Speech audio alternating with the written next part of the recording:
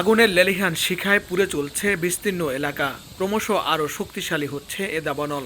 যুক্তরাষ্ট্রের ক্যালিফোর্নিয়া অঙ্গরাজ্যের উত্তর অঞ্চলে দ্রুত ছড়াতে থাকা দাবানলের তীব্রতা এত বেশি যে দমকল কর্মীরা হিমশিম খাচ্ছেন। দমকা বাতাসের কারণে সে আগুন নেভাতে বেগ পেতে হচ্ছে তাদের।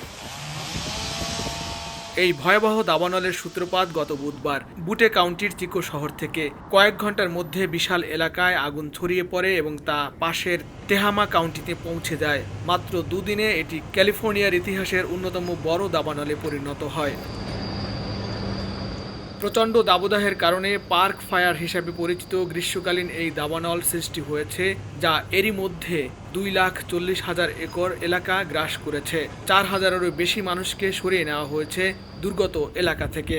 কর্তৃপক্ষ জানিয়েছে এ পর্যন্ত 130টিরও বেশি স্থাপনা আগুনের লেলিহান শিখায় পুড়ে ছাই হয়ে গেছে।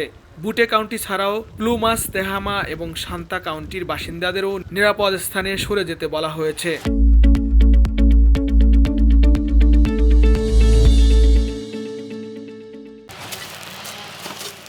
এদিকে অগ্নিসংযোগের দায়ে 42 বছর বয়সী সন্দেহভাজন এক ব্যক্তিকে পুলিশ এবং ক্যালিফোর্নিয়ার বন ও অগ্নি সুরক্ষা বিভাগের তদন্তকারীরা আটক করেছে। তাকে বুধবার বিকেলে একটি জ্বলন্ত গাড়িকে খালে ঠেলে দিতে দেখা যায়, যা থেকেই আগুনের সূত্রপাত বলে ধারণা কর্তৃপক্ষের। লস্কর আল মামুন, সময় সংবাদ, ক্যালিফোর্নিয়া, যুক্তরাষ্ট্র।